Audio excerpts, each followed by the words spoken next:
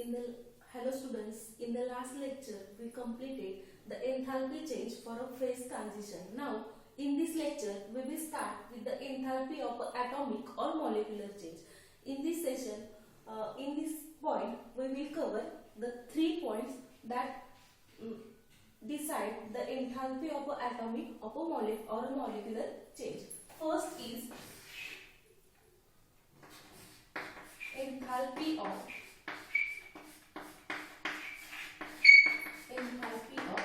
ionization. Enthalpy of ionization. So what do you mean by the enthalpy of ionization? Enthalpy of ionization means what? Enthalpy of ionization म्हणजे काय असतं? To suppose एखादा substance आहे त्याच्यातून एक electron आपण जर रिमूव्ह केला तर त्याचं कन्व्हर्जन एखादा ऍटम आहे त्याच्यातून जर एक इलेक्ट्रॉन आपण रिमूव्ह केला तर त्याचं कन्व्हर्जन कशामध्ये होणार आहे? त्याच्या आयन्स मध्ये. तर तो इलेक्ट्रॉन रिमूव्ह करण्यासाठी करण्यासाठी जो एन्थाल्पी चेंज होतो त्या एन्थाल्पी चेंजला आपण काय म्हणतो? Enthalpy of ionisation.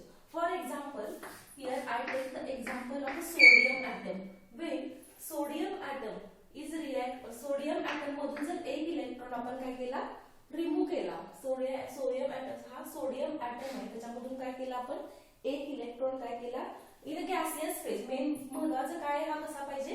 In a gaseous phase. In gaseous phase मध्ये जर या सोडियम ॲटम मधून जर आपण एक इलेक्ट्रॉन रिमूव्ह केला तर त्याचं कन्व्हर्जन कशामध्ये होणार आहे? Na plus ions in a gaseous phase plus काय होणार आहे? हा इलेक्ट्रॉन रिमूव्ह होणार आहे याच्यामधून. म्हणजे बघा सोडियम ॲटम कुठल्या फेज मध्ये? गॅसियस फेज मध्ये. त्याच्यातून आपण काय केलेलं आहे? एक इलेक्ट्रॉन काय केलेलं आहे? रिमूव्ह केलेलं आहे. तेव्हा त्याच्या एन्थाल्पी मध्ये जो चेंज झालेला आहे त्याला आपण काय म्हणणार आहे? Enthalpy of ionisation. डिनोट कसं करतोय आपण? Enthalpy of ionisation H is equal to, ही व्हॅल्यू किती असते बघा? This is 494 kilo joule mole inverse. म्हणजे बघा एखादा गॅसियस फेज मधला ॲटम आहे त्याच्यातून जेव्हा आपल्याला इलेक्ट्रॉन रिमूव्ह करायचंय तेव्हा त्याचं कन्व्हर्जन कशामध्ये होणार आहे? गॅसियस आयन मध्ये. आणि या प्रोसेस मध्ये जो एन्थाल्पी चेंज होतो त्यालाच आपण काय म्हणतोय? Enthalpy of ionisation. सो आता जेव्हा सोडियम ॲटम मधून एक इलेक्ट्रॉन रिमूव्ह होतोय तेव्हा त्याचं कन्व्हर्जन कशामध्ये होते? Na प्लस मध्ये. आणि जी एन्थाल्पी चेंज होतोय तो किती आहे? 494 किलो जूल मोल इनवर्स. म्हणजेच याचा अर्थ काय? हा एन्थाल्पी चेंज म्हणजे this is nothing but the heat required आहे या प्रोसेस मध्ये. जी हीट रिक्वायर्ड आहे ती किती आहे? 494 किलो जूल मोल इनवर्स. या प्रोसेस मध्ये आपल्याला जी हीट लागणार आहे ती किती आहे? 494 किलो जूल मोल इनवर्स. म्हणजे बघा एन्थाल्पी ऑफ आयोनायझेशन आता इथे तुमचं क्लिअर झालेलं आहे. एन्थाल्पी आपण फर्स्ट लेक्चरलाच बघितलेलं. Enthalpy is nothing but the heat change at a constant pressure. हे आपण बघितलेलं होतं. म्हणजे हे 494 किलो जूल मोल इनवर्स इतकी हीट जर ऍब्सॉर्ब केली या सोडियम गॅसियस फेज मधल्या सोडियम ॲटम्सनं तर काय होतं? त्याच्यातून एक इलेक्ट्रॉन रिमूव्ह होतोय आणि आपल्याला काय मिळतो? Na प्लस हा गॅसियस ॲटम मिळते. So what is the definition for this? त्याची डेफिनेशन काय आहे बघा? एन्थाल्पी ऑफ आयोनायझेशनची डेफिनेशन. The enthalpy change काय म्हणाले आपण? Enthalpy change when 1 mole enthalpy change काय म्हणाले? Enthalpy change for enthalpy change accompanied असं पण आपण म्हणू शकतो. Enthalpy change accompanied when 1 mole of a gaseous atom, 1 mole of gaseous atom remove electron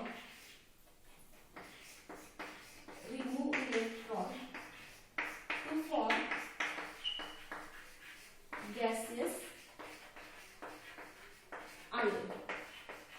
ही झाली डेफिनेशन कशाची? Enthalpy of ionisation. काय डेफिनेशन आहे बघा?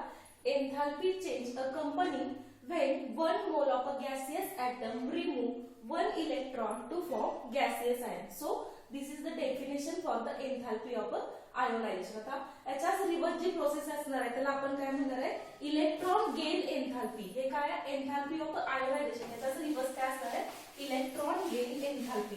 आता इलेक्ट्रॉन गेन एन्थाल्पी म्हणजे काय, आता इथं काय चाललंय, या गॅसियस ऍटम मधून एक इलेक्ट्रॉन रिमूव्ह करण्यासाठी जेवढी एनर्जी काय झाली आहे, रिक्वायर्ड आहे, त्याला आपण काय म्हणतोय, एन्थाल्पी ऑफ आयोनायझेशन. सिमिलरली एखादा गॅसियस ऍटमनी एखादा इलेक्ट्रॉन ऍक्सेप्ट केला तर तो ते एनर्जी जी रिमूव्ह करतो, काय करतो, ती एनर्जी रिमूव्ह करण्यासाठी जी एनर्जी काय करतो, इव्हॉल्व करतो, त्या एनर्जीला आपण काय म्हणणार आहे, एन्थाल्पी,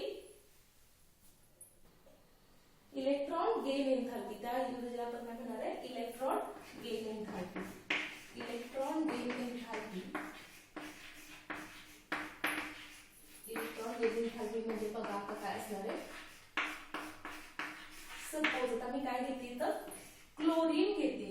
क्लोरीन काय, Cl, आपला Cl गॅस आहे, आपला क्लोरीन गॅस आहे. त्या क्लोरीन गॅस मध्ये एक इलेक्ट्रॉन काय झालेला आहे, क्लोरीन गॅसने काय केलेलं आहे, एक इलेक्ट्रॉन ऍक्सेप्ट केलाय टू फॉर्म क्लोरीन ऍटम. काय झालेला याचा, क्लोरीन गॅसने एक इलेक्ट्रॉन ऍक्सेप्ट केलेला आहे टू फॉर्म क्लोरीन आयन. काय झालेलं आहे, इथं क्लोरीन आयन झालेला आहे. त्यावेळी त्यांनी जी एनर्जी काय केलेली आहे, इव्हॉल्व केलेली आहे. काय केलेली आहे, एनर्जी इव्हॉल्व केलेली आहे. त्यालाच आपण काय म्हणतोय, इलेक्ट्रॉन गेन एन्थाल्पी. काय म्हणणार आहे, Eg. डिनोटेशन करायचं आपण Eg, electron gain enthalpy is equal to काय बघा, -349 किलोजूल मोल इनवर्स. काय, -349 किलोजूल मोल इनवर्स. बघा आता इलेक्ट्रॉन गेन एन्थाल्पी म्हणजे काय,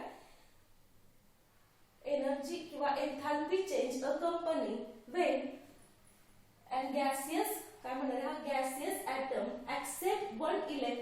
accept electron to form gaseous ion, and this energy removed in this process is called as electron gain enthalpy. इथे energy काय झाली आहे, रिमूव्ह झालेली आहे, म्हणून इथं साइन कुठला आलेला आहे, मायनस आहे. So what is the definition for the electron gain enthalpy, बघा, enthalpy change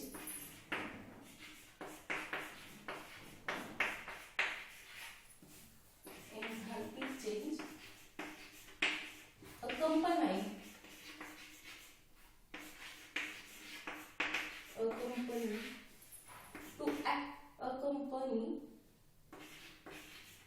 to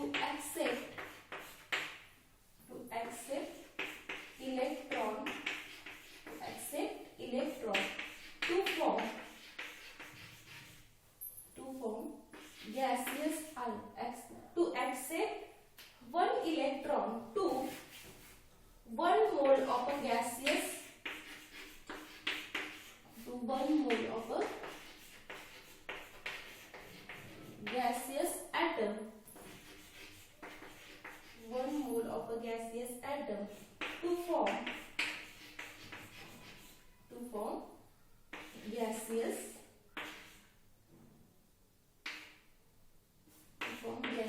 ion.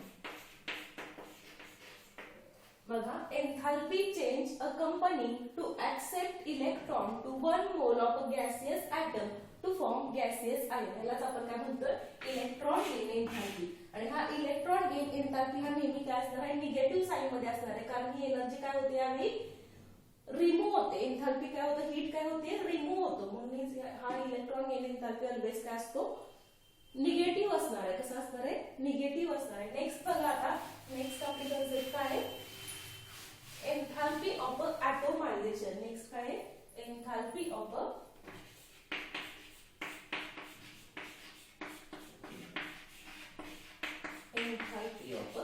ॲटोमायझेशन. आता ॲटोमायझेशनचा एन्थाल्पी म्हणजे काय असणार आहे बघा, एन्थाल्पी ऑफ ॲटोमायझेशन मीन्स व्हॉट. आता एखादा काय आहे, एखादा गॅसियस सबस्टन्स आहे, त्याचं कन्व्हर्जन आपल्याला कशामध्ये करायचं, त्याच्या ऍटम मध्ये करायचं. तो काय करायचं, डिसोसिएट करायचं त्याच्या ऍटम मध्ये. मग त्यासाठी जो एन्थाल्पी चेंज होतो त्या प्रोसेसमध्ये, त्या प्रोसेसला, त्या एन्थाल्पी चेंजला आपण काय म्हणणार आहे, एन्थाल्पी ऑफ ॲटोमायझेशन. आता बघा, सपोज क्लोरीन काय गॅस आहे, क्लोरीन गॅस आहे, तो काय झाला, डिसोसिएट झाला कशामध्ये, क्लोरीन ऍटम मध्ये डिसोसिएट झाला. तो काय झाला, क्लोरीन ऍटम मध्ये डिसोसिएट झाला. मग या प्रोसेस मध्ये जो हीट चेंज झालेला आहे, क्लोरीन गॅस आहे तो काय झाला, क्लोरीन ऍटम मध्ये काय झाला, डिसोसिएट झाला. आणि या प्रोसेस मध्ये जो हीट चेंज झालेला आहे त्यालाच आपण काय म्हणणार आहे, एन्थाल्पी ऑफ डिसोसिएशन. इथं काय असणार आहे बघा, delta H is equal to 249 kilojoule mole inverse. म्हणजे इथं पुन्हा काय झालंय, हीट काय झालेली आहे, हीट रिक्वायर्ड, बरोबर आहे. आता काय म्हणणार आहे, enthalpy change accompanying the dissociation. काय म्हणणार आहे, enthalpy change accompanying the dissociation of 1 mole of a gaseous substance into its atom. काय म्हणणार आहे, 1 mole of a gaseous substance into its atom is known as enthalpy of atomization. बघा आता definition कशी होणार आहे, एन्थाल्पी ऑफ एटोमायझेशन ची definition, enthalpy change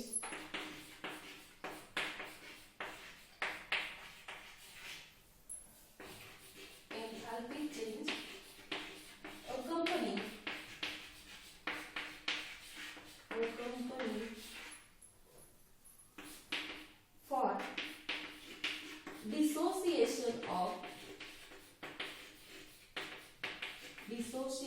of 1 mole of a gaseous substance,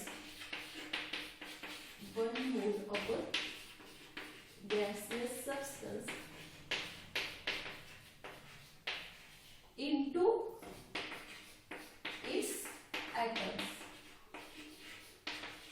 एखाद्या गॅसियस सबस्टन्सचं कन्वर्जन त्याच्या ऍटम मध्ये होण्यासाठी जो एन्थाल्पी चेंज होतो त्यालाच आपण काय म्हणतोय, एन्थाल्पी ऑफ एटोमायझेशन. आता सेकंड एखादं एक्झाम्पल घ्यायचं झालं या प्रोसेस याच्यामध्ये, तर बघा काय होतं, CH4 गॅस आहे. CH4 मीन्स मिथेन गॅस, तो डिसोसिएट झालाय त्याच्या ऍटम्स मध्ये. काय काय ऍटम्स असणार आहेत, कार्बन गॅस असणार आहे आणि प्लस काय असणार आहे, 4 हायड्रोजन्स असणार आहेत. काय असणार आहे, 4 हायड्रोजन याच्यामध्ये डिसोसिएट झालाय. हा काय झालाय, मिथेन गॅस आहे, तो कशामध्ये, कार्बन आणि हायड्रोजन त्याच्या ऍटम्स मध्ये डिसोसिएट झालाय. तेव्हा जो एन्थाल्पी चेंज असणार आहे काय म्हणणार आहे, delta atomisation of H is equal to काय असणार आहे, तो 1660 किलोजूल मोल इनवर्स. बरोबर आहे. त्यालाच आपण काय म्हणतोय, enthalpy of एटोमायझेशन.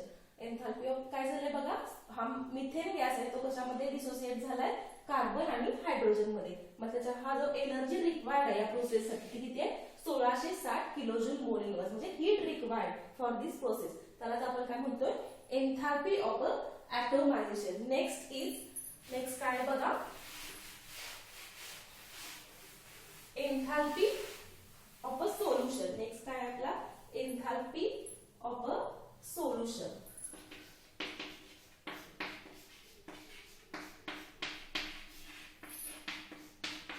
Enthalpy of a solution. Enthalpy of solution म्हणजे सोपं आहे, एखाद्या सबस्टन्सचं त्याच्या सोल्युशन मध्ये कन्वर्जन होण्यासाठी किंवा एखादा सबस्टन्स सोल्युशन मध्ये ऍक्वियस फॉर्म मध्ये कन्वर्ट होण्यासाठी जो एन्थाल्पी चेंज आवश्यक आहे त्याला आपण काय म्हणणार आहे, एन्थाल्पी ऑफ अ सोल्युशन. आता फॉर एक्झाम्पल बघा, NaCl आहे. NaCl काय आहे, हा सॉलिड. त्याचं कन्वर्जन NaCl ऍक्वियस मध्ये करण्यासाठी, NaCl सॉलिडचं कन्वर्जन कशामध्ये करायचं, आपल्याला लिक्विड मध्ये करायचं म्हणजे सोल्युशन मध्ये करायचंय. या प्रोसेस मध्ये करण्यासाठी जो एन्थाल्पी चेंज आवश्यक आहे त्याला आपण काय म्हणणार आहे, एन्थाल्पी ऑफ अ सोल्युशन. काय म्हणणार आहे, एन्थाल्पी ऑफ अ सोल्युशन. या प्रोसेस मध्ये किती एन्थाल्पी असते बघा, 4 किलोजूल मोल इनवर्स. काय असतो, 4 किलोजूल मोल इनवर्स. मग आता एन्थाल्पी ऑफ अ सोल्युशनची डेफिनेशन काय असणार आहे बघा, enthalpy of a solution is the enthalpy of a solution is काय म्हणणार आहे, enthalpy of a solution is the enthalpy change in a process when 1 mole of a substance is dissolved in a specified amount of a solvent. काय म्हणणार आहे, enthalpy of a solution काय असणार आहे बघा, enthalpy change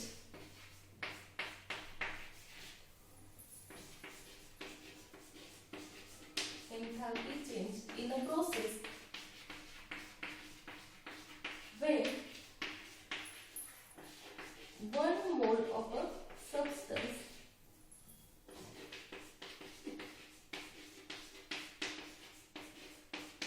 is dissolved in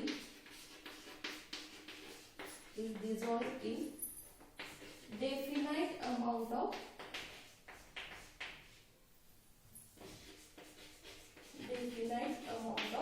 solvent. जेव्हा काय होतोय हा 1 मोल ऑफ सबस्टन्स काय होतोय डिसॉल्व होतोय डेफिनाइट अमाउंट ऑफ सॉल्व्हेंट मध्ये, तेव्हा जो एन्थाल्पी चेंज होतोय त्यालाच आपण काय म्हणतोय एन्थाल्पी ऑफ अ सोल्युशन. आता enthalpy of a infinite dilution काय असतं बघा. नेक्स्ट कन्सेप्ट आपली enthalpy of a infinite dilution. काय असणार आहे बघा. Enthalpy of a infinite dilution is nothing but जेव्हा आपण एखादा सबस्टन्स आहे तो इनफायनाइट अमाउंटच्या सॉल्व्हेंट मध्ये डिसॉल्व करतोय तेव्हा जो एन्थाल्पी चेंज होणार आहे त्यालाच आपण काय म्हणणार आहे enthalpy of a infinite amount, enthalpy of a infinite dilution. काय म्हणणार आहे enthalpy of a infinite dilution. म्हणजे कमी सबस्टन्स आहे तो आपण काय करतोय इनफायनाइट अमाउंट ऑफ सॉल्व्हेंट मध्ये डिसॉल्व करतोय त्यालाच आपण काय म्हणतोय enthalpy of a infinite dilution. आता बघा जेव्हा एन्थाल्पी चेंज एखाद्या प्रोसेस मध्ये होतोय तेव्हा तो 2 टाइप मध्ये होणार आहे. फर्स्टली काय होणार आहे तो सबस्टन्स आहे. सपोज आता मी MX या टाइप मध्ये सबस्टन्स घेतलाय तर तो काय होणार आहे पहिल्यांदा त्याचे काय तयार होणार आहेत आयन्स तयार होणार आहेत. म्हणजे बघा M प्लस असेल आणि काय असेल X मायनस, बरोबर आहे. M प्लस आणि X मायनस, बरोबर आहे. म्हणजे पहिल्यांदा फर्स्ट स्टेप काय होणार आहे जेव्हा एखादा सबस्टन्स आपण डिसॉल्व करतोय त्यावेळी त्याचं काय होतं पहिल्यांदा आयन्स तयार होतात. काय होतात आयन्स तयार होतात. मग या प्रोसेस मध्ये पण काहीतरी काय होतोय एन्थाल्पी चेंज होतोय, बरोबर आहे. या प्रोसेस मध्ये पण काय होणार आहे काहीतरी एन्थाल्पी चेंज होणार आहे त्याला आपण काय म्हणतोय डेल्टा LH. म्हणजे एन्थाल्पी ऑफ काय म्हणणार आहे त्याला डेल्टा LH. म्हणजे काय होणार आहे क्रिस्टल लॅटिस एन्थाल्पी. हा एन्थाल्पी म्हणजे काय असतो क्रिस्टल लॅटिस एन्थाल्पी. म्हणजे ह्या सबस्टन्सचं कन्व्हर्जन त्याच्या आयन्स मध्ये होण्यासाठी जो एन्थाल्पी लागतो त्याला आपण काय म्हणतोय डेल्टा LH. आणि हा डेल्टा H असतो तो काय असतो ऑलवेज पॉझिटिव्ह असतो. पुन्हा काय होणार आहे बघा हे जे आयन्स आहेत ते काय होणार आहे हे जे आयन्स आहेत ते कशाबरोबर वॉटर बरोबर रिएक्ट होणार आहे. ते आयन्स काय होतात वॉटर बरोबर रिएक्ट होतात. स्टेप मध्ये काय होणार आहे बघा हे जे आयन्स तयार झाले होते मगाशी ते काय होणार आहेत हायड्रेटेड होणार आहेत आणि रिएक्ट म्हणजे कशाबरोबर वॉटर बरोबर रिएक्ट होणार आहेत आणि काय होणार आहे ते हायड्रेटेड होणार आहे. आता या प्रोसेस मध्ये जो डेल्टा H असतो त्याला आपण काय म्हणतोय डेल्टा हायड्रेशन ऑफ H. हा नेहमी काय असतो निगेटिव्ह असतो. मग अशी जो आपण बघितला डेल्टा क्रिस्टल म्हणजे क्रिस्टल लॅटिस एन्थाल्पी तो काय असतो पॉझिटिव्ह असतो आणि हा जो एन्थाल्पी असतो तो ऑलवेज काय असतो निगेटिव्ह असतो, बरोबर आहे. आणि या दोन्हींची जी सम आहे त्याला आपण काय म्हणतोय एन्थाल्पी ऑफ तर आपण ह्या दोन्हींची जी सम आहे त्याला आपण काय म्हणतोय एन्थाल्पी ऑफ अ सोल्युशन. आता बघा मग अशी आपण NaCl चे एक्झाम्पल बघितलं होतं. NaCl मध्ये काय होते सांगा. NaCl मध्ये काय झालं बघा. NaCl आहे हा पहिल्यांदा सबस्टन्स त्याचं कन्व्हर्जन पहिल्यांदा कशामध्ये होणार आहे Na प्लस आणि Cl मायनस आयन्स मध्ये होणार आहे, बरोबर आहे. Na प्लस आणि Cl मायनस आयन्स मध्ये. मग तेव्हा जो एन्थाल्पी चेंज आहे त्याला आपण काय म्हणणार आहे क्रिस्टल लॅटिस एन्थाल्पी. त्याची व्हॅल्यू किती असते इथं 790 किलोजूल मोल इनव्हर्स. आणि या प्रोसेस हे Na प्लस आणि Cl मायनस आयन जेव्हा हायड्रेटेड होतात तेव्हा त्या हायड्रेशनची value delta hydration enthalpy change of a hydration तो किती असतो -786 किलोजूल मोल इनव्हर्स. किती असतो -786 किलोजूल मोल इनव्हर्स. आता एन्थाल्पी ऑफ अ सोल्युशन आपला काय असणार आहे बघा. Enthalpy of a solution is nothing but the summation of this two. काय म्हणणार आहे आपण crystal lattice enthalpy plus enthalpy of a hydration यांची बेरीज केली तर आपल्याला काय मिळतो एन्थाल्पी ऑफ अ सोल्युशन. काय मिळतोय हा एन्थाल्पी ऑफ अ सोल्युशन. आता इथं बघा काय 790 किलोजूल मायनस हे किती आहे 786 किलोजूल म्हणजे किती झालं 4 kilojoule mole inverse. It is the enthalpy of a solution. हा काय सोल्युशन साठीचा एन्थाल्पी म्हणजे एन्थाल्पी ऑफ अ सोल्युशन ही कशाची बेरीज असते. It is the sum of the enthalpy crystal lattice enthalpy and enthalpy of a hydration. So आपण NaCl च्या सहाय्याने काय केलेलं आहे समजावून घेतलेलं आहे. तर आता या लेक्चर मध्ये आपण काय बघितलं enthalpy of of a atomic or molecular change. त्याच्यामध्ये 3 टाइप ऑफ एन्थॅल्पी बघितले आपले. कुठले कुठले 3 टाइप्स ऑफ एन्थॅल्पी कुठले होते ते? First is the enthalpy of a ionisation. त्याच्याच रिव्हर्स मध्ये काय होतं? Electron gain एन्थॅल्पी. नेक्स्ट काय बघितलं आपण?